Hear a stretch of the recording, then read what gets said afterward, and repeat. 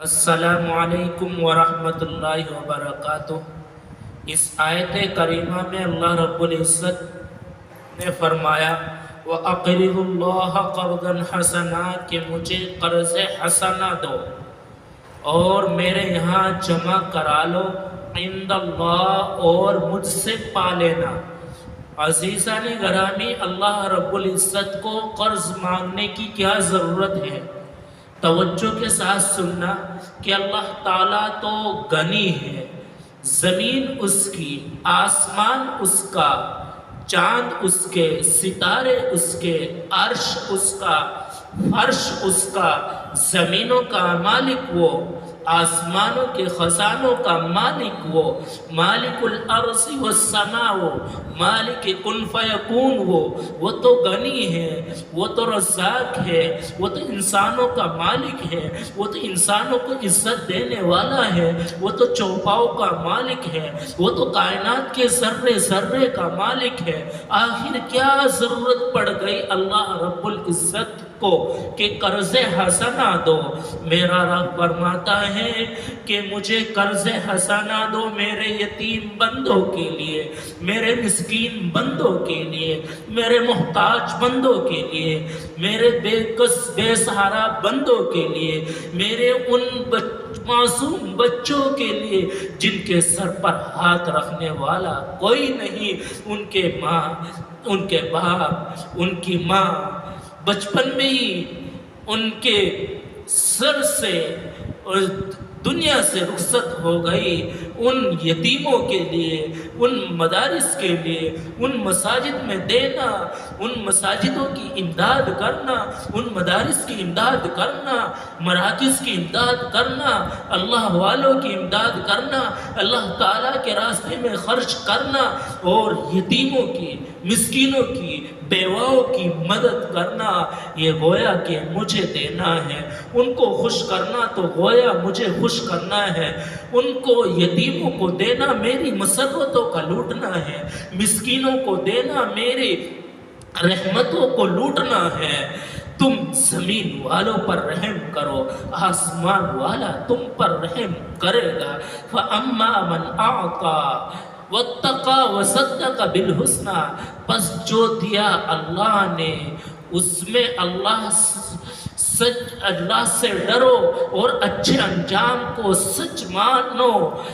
فَسَنُيَسِّرُهُ لِلْيُسْرَىٰ، تو اللہ رب العزت تمہارے لیے سیدھی راہ کھولے گا، آسانی کے راستے مہیا فرمائیں گے، آسانی کے راستے کھولیں گے۔ عزیز ساتھیوں، ہم کس غفلت میں پڑے ہوئے ہیں؟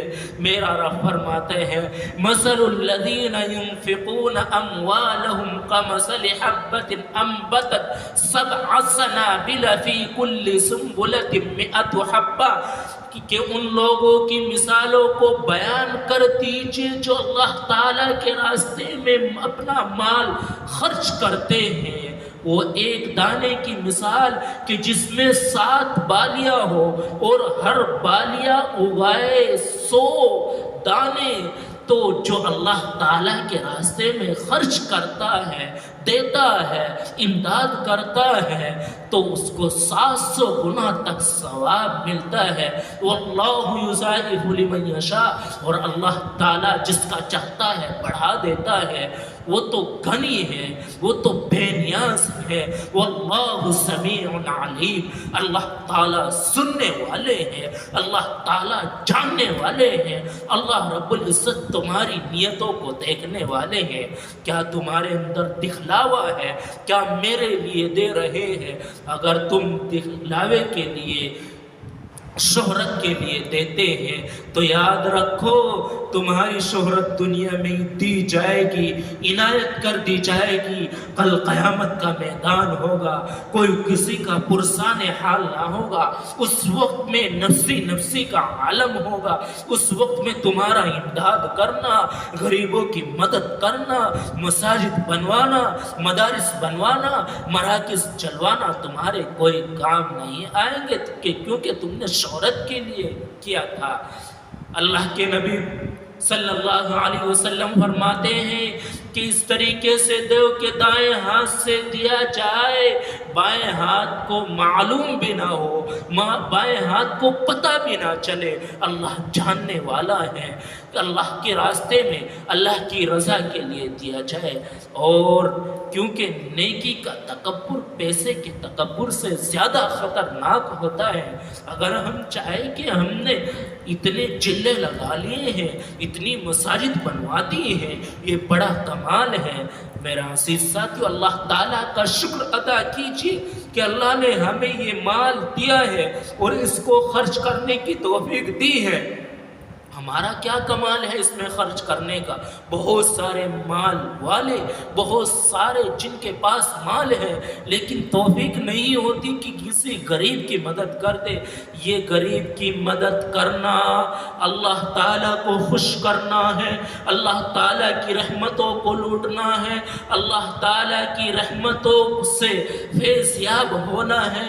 اللہ تعالیٰ کہتے ہیں کہ تم زمین والوں پر رحم کرو، آسمان والا اللہ فرماتے ہیں کہ میں تم پر رحم کروں گا۔ مسکینوں کو دینا اللہ تعالیٰ کو خوش کرنا ہے۔ میرا عزیز ساتھیو، تو ہم دل کی گہرائیوں سے سوچیں کہ جب ہم اللہ کے راستے میں مال دیتے ہیں کیا ہمارے اندر کوئی ریاکاری آ جاتی ہے؟ اگر آ جاتی ہے تو اس کے لیے توبہ اور استغفار کریں اور صرف اللہ تعالیٰ کی رضا کے لیے، اللہ تعالیٰ کی خوشنودی کے لیے دیا جائے۔ اور اگر ہم امامت کرتے ہیں، اگر ہم نماز پڑھاتے ہیں، اگر ہم نماز پڑھتے ہیں، اگر ہم تلاوت کرتے ہیں تو اس میں یہ نہ سوچیں کہ ہمارا کمال ہے۔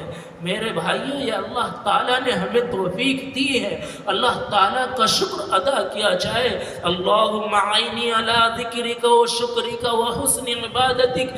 نہ جانے کتنے عبادت گزار 50 60 70 سال عبادت کی، لیکن اللہ تعالیٰ نے ان کے تکبر کی وجہ سے، ان کے گھمنڈ کی وجہ سے اس کو خاک میں ملا دیا۔ حضرت عیسیٰ علیہ السلام کے زمانے کا واقعہ کہ ایک شخص بخیل سے مشہور تھا، کوئی شخص کچھ مانگنے کے لیے آتا کچھ نہیں دیتا۔ ایک صاحب آئے، اس نے مانگی تلوار، اس کے دل میں کچھ خیال آیا، پہلے منع کر دیا، پھر خیال آیا تو دے دی۔ اللہ تعالیٰ نے اس کی تلوار کو دینے کی برکت سے اس کو جنت میں عنایت فرما دی۔ تو اللہ تعالیٰ کو نہ جانے کون سا نقطہ، کون سا عمل، کون سا فعل، کون سا لینا، کون سا دینا، کون سی عبادت، کون سا صدقہ، کون سی تلاوت، کون سی نماز اللہ کے یہاں قبول ہو جائے اور ہمارے اور آپ کا نجات کا ذریعہ، بخشش کا ذریعہ بن جائے۔ اللہ تعالیٰ سے دعا ہے کہ اللہ تعالیٰ مجھے بھی اور آپ کو بھی ان باتوں پر عمل کی توفیق نصیب فرمائے۔ بات جو سنی جائے اس کو عمل کی نیت سے سنی جائے۔ بات وہی اچھی ہوتی ہے جس میں عمل ہوتا ہے، وہی کارآمد ہوتی ہے کہ جب بات کہی جائے، سنی جائے تو اس پر عمل ہو، کام آئے گی انشاءاللہ کل قیامت کے میدان میں۔ اللہ تعالیٰ مجھے بھی اور آپ کو بھی عمل کی توفیق نصیب فرمائے۔ عمل ہی سے زندگی بنتی ہے، جنت بھی اور جہنم بھی۔ یہ خاکی اپنی فطرت میں نہ نوری ہے نہ ناری۔